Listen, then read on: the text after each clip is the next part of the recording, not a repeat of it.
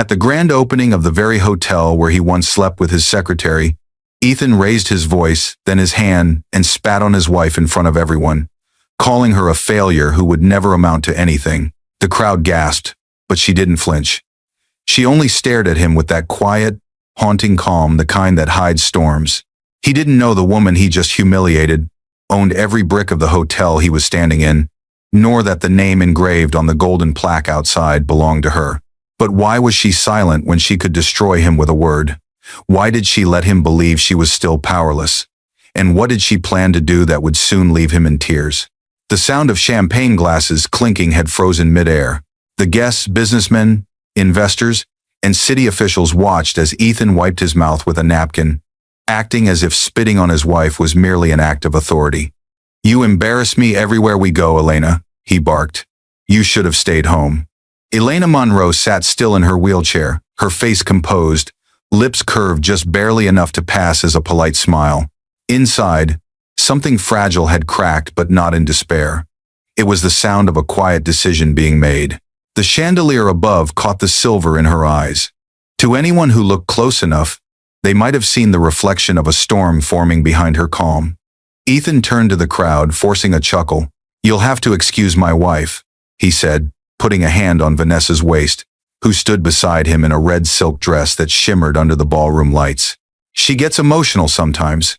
Laughter rippled through the room, uneasy, artificial, but loud enough to sting. Vanessa leaned into Ethan, whispering something that made him smirk. Elena watched them with a steady gaze, her hand resting lightly on the arm of her chair. She didn't blink. She didn't cry. She only whispered to herself, "You'll both learn what emotion truly feels like." The hotel launch was a spectacle, crystal lights, flowing champagne, and media cameras flashing every second. The massive banner read, "Carter Grand Hotel, a new legacy begins." Ethan had insisted his last name be in gold letters, proudly taking credit for the business he claimed he helped fund. What he didn't know was that every cent of the property, every chandelier, every contract, and every grain of sand on the beach outside had been paid for through Monroe Enterprises. Elena's private company, one she'd kept anonymous under a web of trust holdings and shell partnerships.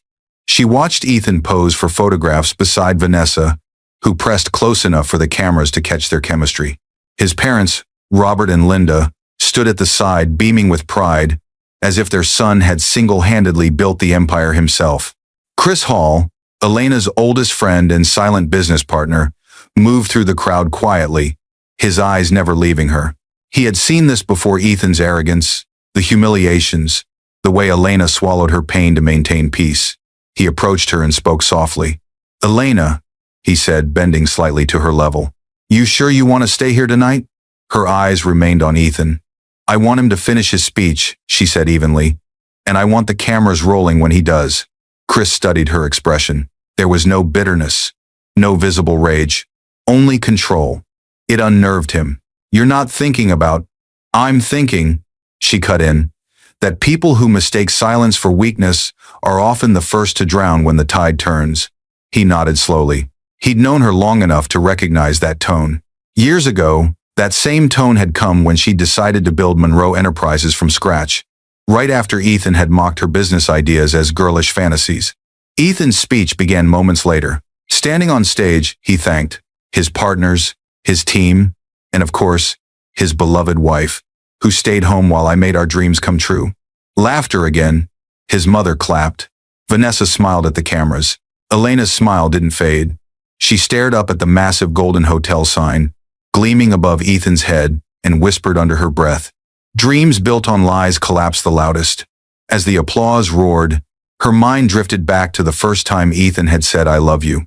It had been a winter evening in Chicago, years ago, when she still believed in his warmth. He'd brought her coffee, wrapped his coat around her shoulders, and promised, "I'll build an empire with you." She'd believed him so much that she'd placed him as co-manager in her first company when Monroe Enterprises was still just an idea scribbled on napkins. He'd used her trust like a ladder, climbing higher with every lie. Her chest tightened as the applause died down. Ethan stepped off stage and walked straight to Vanessa, brushing his hand across her back in a gesture so intimate it silenced the whispers in the room. The photographers snapped relentlessly, catching every angle. Elena sat alone, still smiling, when Ethan turned to her with a mocking grin and said, "See, honey? You married a winner." Something inside her clicked. She looked at him with a gaze that could freeze rivers. "You're right," she said softly. "I did marry a winner. But tell me something. Ethan, how does it feel to be standing in a kingdom you don't own?" He frowned, confused, brushing off her words with a scoff. "You'll always be good with metaphors, Elena. Maybe you should have been a writer instead of playing business." She didn't respond. She just let her eyes drift once more to the golden plaque at the lobby entrance, her name, E. Monroe Holdings, subtly engraved in microscopic print at the corner, unnoticed by everyone in the room. Chris watched her wheel away quietly. Something told him tonight had changed everything. Not because she'd been humiliated, but because she had finally decided she'd had enough. Outside, the night air carried the sound of ocean waves crashing against the pier. Elena stopped by the glass doors, looking at her reflection, fragile, soft, forgotten. Then she smiled again, the same haunting calm that began this night. Let them laugh tonight, she thought, because tomorrow they'll beg to remember how it felt to breathe. The night after the hotel launch, the city of Miami slept under silver rain, but Elena Monroe sat awake in her glass-walled penthouse, watching lightning scatter across the ocean. The echoes of Ethan's laughter still pulsed in her memory, blending with Vanessa's voice, soft and mocking. "You should have stayed home, Elena." Her hands trembled, not with pain but with control. She had learned long ago that tears never solved anything. They only fed men like Ethan. She wheeled herself closer to the window, her reflection merging with the storm beyond. "I built this," she whispered. "All of it. And now, I'll take it all back." Chris Hall's message blinked on her phone. "You sure you're ready for this, Lena?" Her lips curved faintly. "I was ready the night he left me for her." The memory came back like smoke, thick, bitter, unforgettable. It was 3 years earlier, before the accident. Elena had been radiant then, her energy sharp and alive. She and Ethan had just celebrated 5 years of marriage. He was charming, ambitious, full of promises, and she believed in every single one. They'd spent nights drafting plans for hotels, resorts, and brand expansions. She handled the numbers, he handled the talk. Together, they seemed unstoppable. Until Vanessa arrived, she joined as Ethan's new assistant at Carter and Monroe Realty. Young, sleek, confident, with that predatory smile that pretended to admire Elena while secretly sizing her up. Ethan had introduced her casually at dinner one night. "Vanessa's a fast learner," he'd said.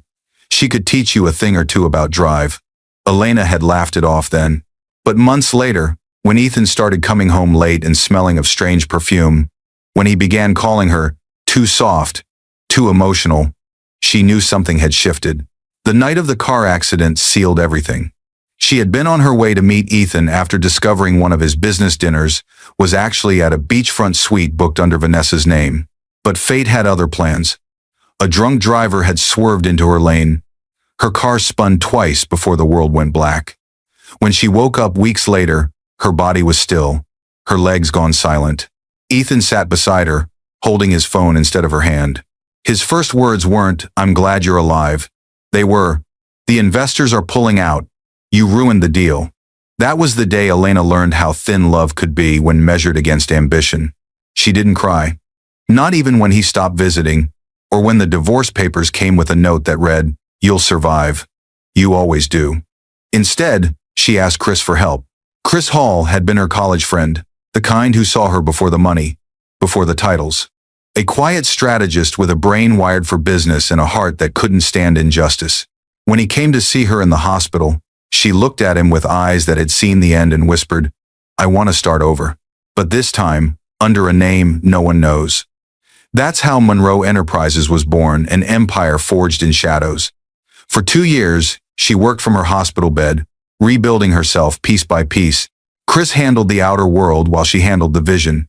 They bought failing hotels quietly through dummy corporations, merged them under Monroe Enterprises, and grew faster than anyone suspected. Ethan had been too busy chasing his own public image to realize his wife's company was slowly swallowing the market he depended on. The irony was poetic. The very contractors he boasted about hiring were on her payroll. Every loan Vanessa bragged about securing had been approved by Monroe's financial arm. Elena's silent signature buried in fine print. Now, sitting in her penthouse, she opened her laptop. A spreadsheet of Carter Grand Hotel filled the screen, its ownership trail leading straight back to Monroe Enterprises. Her fingers hovered above the keys. One command, just one, could dismantle Ethan's new empire overnight. But she paused. Revenge without timing was waste. She wanted him to feel it, to see it crumble in his hands while he thought he was winning. The storm outside deepened. Thunder rolled over the sea. Chris arrived an hour later, drenched, his coat dripping onto the marble floor. "You're still awake," he said, shutting the door behind him. "I couldn't sleep," she replied. "I keep hearing his voice in that ballroom." Chris poured 2 glasses of scotch, handing one to her. "Then maybe it's time you stop hearing and start acting." Elena took the glass, her eyes on the flickering city below. "You know what hurts, Chris? It's not that he cheated, it's that he thought I'd stay broken forever, that I'd sit quietly while he paraded her in front of everyone." Chris set his drink down. "You're not broken, Lena. You're rebuilding." She smiled faintly. "Then let's rebuild his destruction too." He studied her face for a long moment. "What's the plan?" Her voice turned cold, measured, deliberate. "In 2 weeks, the Carters are hosting a press gala to celebrate the hotel's success. Ethan's expecting a new wave of investors, but the contracts he'll be signing are already under Monroe's control." Chris raised a brow. "You've already set it up? Every clause, every signature." She tapped her laptop. "Once he signs, he'll unknowingly transfer full operational rights to Monroe Enterprises. He'll lose the hotel and won't even realize it until the press release hits the morning after." Chris exhaled slowly. "And Vanessa?" Elena's smile sharpened. "She'll go down with him. Her accounts, her investments, they're all tied to his. When the hotel collapses, her wealth goes with it. The same greed that brought them together will tear them apart." She turned her gaze to the rain outside again. "Let them sleep soundly tonight. It'll make their morning collapse all the more satisfying." For a moment, silence filled the room, only the ticking of the clock and the soft hum of thunder in the distance. Then Chris said quietly, "You could ruin him in a minute, Elena. But what you're doing, this is poetry." Elena's eyes softened. "No, this is justice." She wheeled back from the desk and closed the laptop with a click that echoed through the glass-walled room. Outside, the lightning flared once more, catching her reflection, the calm, composed woman who had lost everything but gained something greater. Purpose. She whispered to herself. "Tomorrow, I stop being the woman he left behind. Tomorrow, I become the storm he never saw coming." The Carter Grand Hotel glowed like gold against the Miami skyline. From the outside, it looked perfect: marble floors, ocean view suites, and guests who paid more for a night than some people earned in a month. But inside, the air was different now. Restless, nervous. Ethan Carter stood at the balcony of his corner suite, watching the city lights flicker across the horizon. The gala was just a week away, the biggest event of his career. He could already see the headlines. Ethan Carter expands his empire. Vanessa Reed, dressed in silk, approached from behind and wrapped her arms around him. "You should relax," she murmured. "You've already won." Ethan smiled faintly, but it didn't reach his eyes. "You don't win until the contracts are signed. The investors want assurance, and I intend to give it to them." Vanessa smirked. "With my charm, not just your confidence." He turned, running a hand through her hair. "You've been useful, Vanessa, but remember who made you." Her expression stiffened, though she hid it with a laugh. "Don't worry, Ethan. I know exactly who I'm tied to." But as she walked away, her smile faltered. She'd been noticing the shifts lately, the accounts that weren't updating properly, the unexpected freezes on certain transactions. When she'd asked Ethan about it, he brushed her off. But something about his sudden unease told her he didn't have as much control as he claimed. Meanwhile, Elena Monroe watched the hotel's financial systems from her office downtown. Every contract, every asset, every number, they all now pulsed under Monroe Enterprises' control. Chris stood beside her, reading the digital feed in disbelief. "He's transferring more than expected," he said. "He's practically signing over his empire." Elena's tone was calm, clinical. That's the arrogance of men who never read fine print. On her screen, Ethan's signature appeared digital, confident, unaware. One click, and everything he owned now legally belonged to her. Stage 1, she said softly. Complete. Chris leaned back, exhaling. You're really going to let him walk into that gala without knowing? Oh, he'll find out, she said, her voice laced with quiet fire. Just not tonight. I want him to toast to his downfall first. Across town, Ethan sat in his office late into the night. The rain outside reminded him of the night of Elena's accident, how quiet it had been afterward, how he hadn't gone to the hospital until morning. He pushed the thought away. He hated remembering her eyes, those calm, unflinching eyes that made him feel small. Why are you up so late? Vanessa's voice broke his thoughts. She was holding a glass of wine, wearing that same red robe she'd worn the night he first betrayed his wife. Finalizing the deal, he said. After the gala, we'll be unstoppable. She leaned against the doorway. You know, sometimes I think about her. He looked up sharply. Who? Elena, the woman you left. Don't you ever wonder what she's doing now? Ethan's jaw tightened. She's gone, Vanessa. Probably living off what's left of my charity. Vanessa tilted her head, studying him. You talk about her like she still haunts you. He turned away. I don't talk about ghosts. She smiled faintly but didn't press. Still, when she lay beside him later that night, staring at the ceiling, she couldn't shake a strange unease. It wasn't love, she'd never truly loved Ethan, but fear. The kind that came when the ground beneath you starts to tremble and you realize too late that it's not an earthquake, it's judgment. 3 days before the gala, Ethan's phone rang during breakfast. It was his father. Son, we have a problem, Robert Carter said. The investors from New York pulled out. They're saying the contract shifted ownership to another firm, something called Monroe Enterprises. You know anything about that? Ethan froze. That's impossible. The documents were drafted under Carter Grand. Then explain this. Robert's voice grew harsh.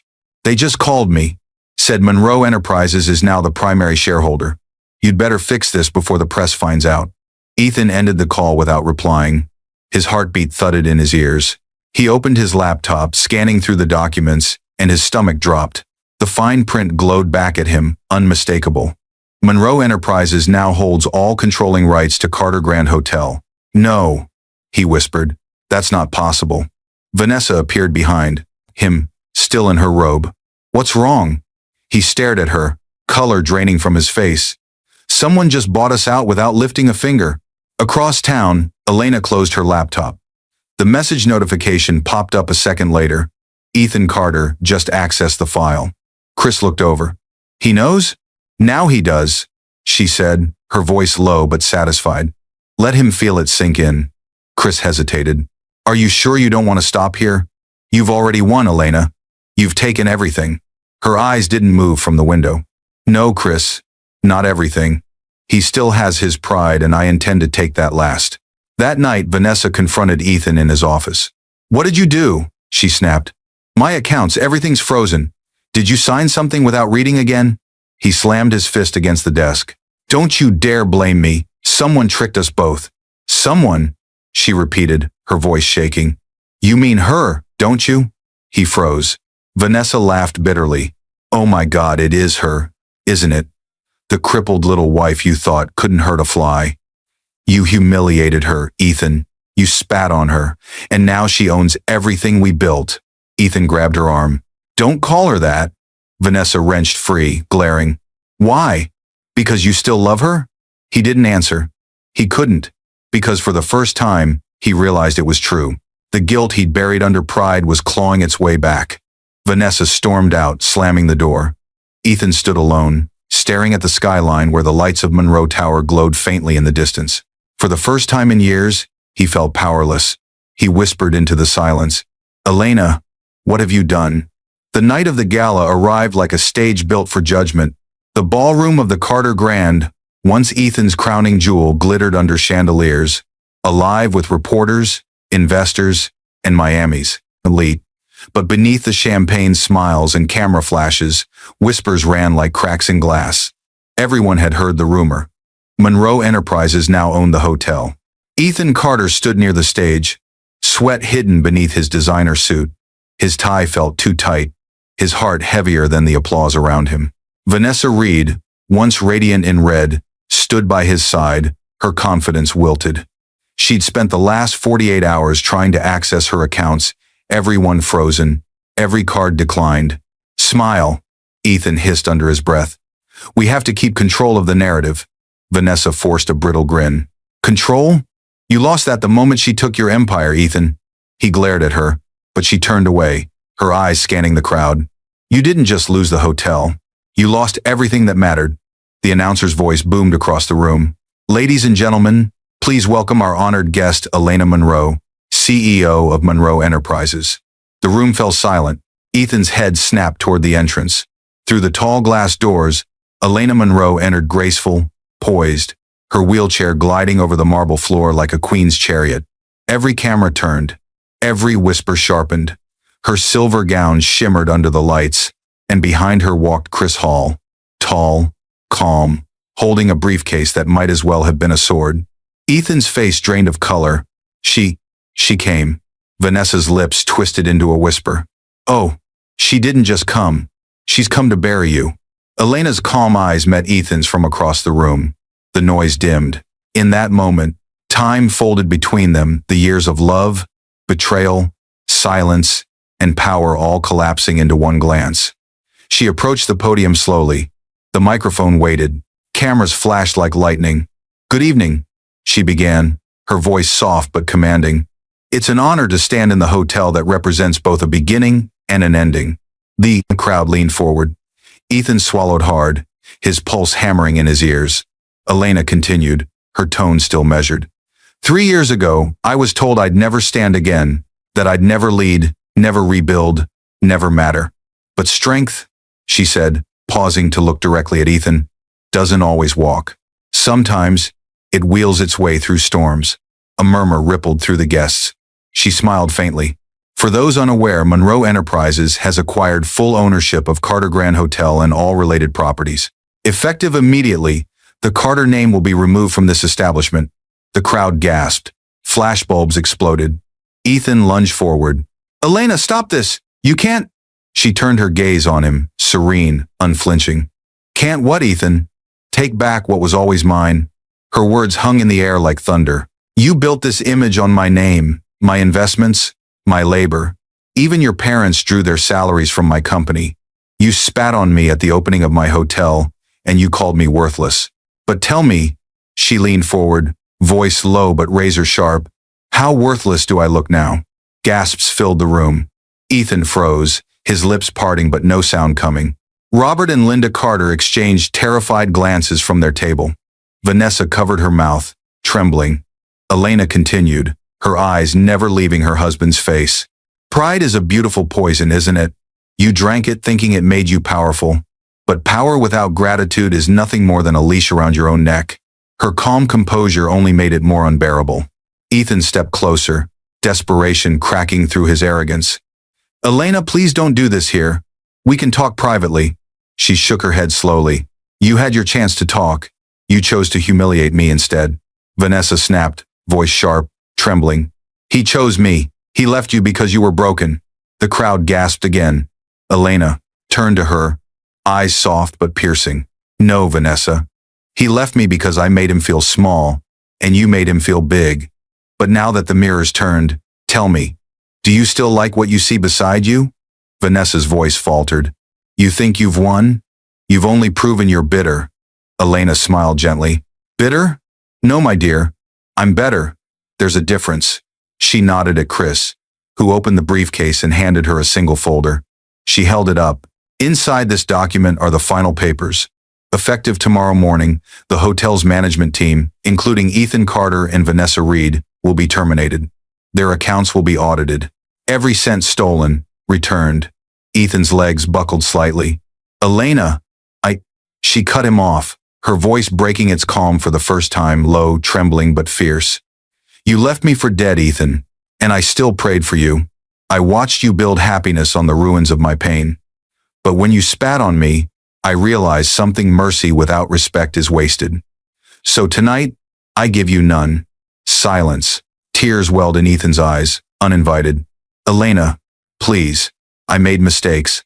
I was wrong. I was proud. But don't take everything. Her gaze softened not with forgiveness, but understanding. I'm not taking everything, Ethan. I'm leaving you with something money can't buy. The memory of what you lost. Then she turned her chair away. Goodbye, Ethan. Reporters swarmed. Cameras flashed. Ethan collapsed into a chair, head in his hands, the sound of applause and whispers blurring around him. Vanessa stormed off the stage, shouting for a car that would never come, her accounts frozen, her cards declined. Chris followed Elena out into the night air. The city stretched wide before them, the wind cool, the ocean calm. You did it, he said softly. It's over. Elena looked out over the skyline. No, it's just balanced. She lifted her face toward the stars, her voice quiet, resolute. Justice doesn't shout, Chris. It whispers when pride falls. And with that, she wheeled forward into the night. No tears, no anger, just peace. The chandelier light from the ballroom spilled behind her like the setting sun, over a story finally ending the way it should. Not with vengeance, but with dignity reclaimed. 6 months later, the Carter Grand stood under a new name, the Monroe Royale. The same golden chandeliers still hung, but the energy had changed. The hotel no longer whispered betrayal. It breathed rebirth. Elena Monroe watched the sunrise from her penthouse balcony, wrapped in a white silk robe, coffee steaming beside her. Below, guests bustled, bellboys smiled, and the city pulsed with life. For the first time in years, she felt light, not triumphant, just at peace. Chris stepped outside, sleeves rolled up, carrying the morning paper. They ran the story again, he said, setting it beside her. The headline read, Ex-hotel magnate Ethan Carter declared bankrupt, former CEO seeks counseling. Elena's eyes traced the lines but lingered on his photo. A man aged 10 years and 6 months, beard uneven, their eyes hollow. There was no hatred left in her, only distance. Do you regret it? Chris asked quietly. She smiled faintly. No, because it wasn't revenge. It was clarity. Chris nodded. He's trying to start over, teaching business ethics at a community college. That made her chuckle softly. How poetic. The man who mocked integrity now teaches it. She paused, looking toward the horizon. Maybe this was his second chance. Maybe mine too. Chris leaned on the railing beside her. You think he'll ever forgive himself? Elena turned her face toward the breeze. Forgiveness isn't mine to give or his to earn. It's just something time decides. A quiet moment passed. The ocean glittered. Down in the courtyard, the hotel's new. Plaques shimmered in the light, dedicated to resilience and to every woman told she cannot rise again. It wasn't about Ethan anymore. It never truly had been. It was about every wound she'd turned into wisdom. Meanwhile, across town, Ethan Carter sat alone in a modest classroom. The chalk squeaked faintly against the board as he wrote, Pride destroys faster than failure. His students, young entrepreneurs, listened closely, unaware they were learning from a man who once lost everything for ego.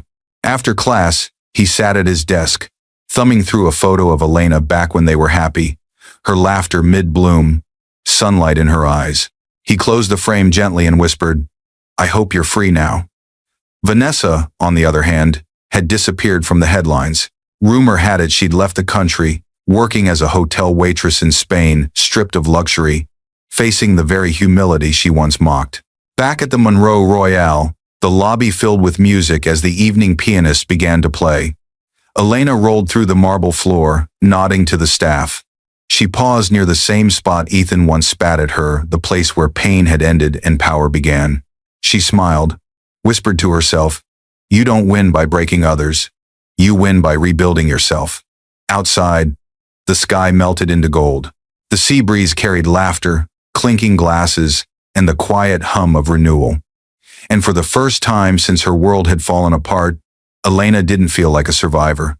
She felt like a woman reborn.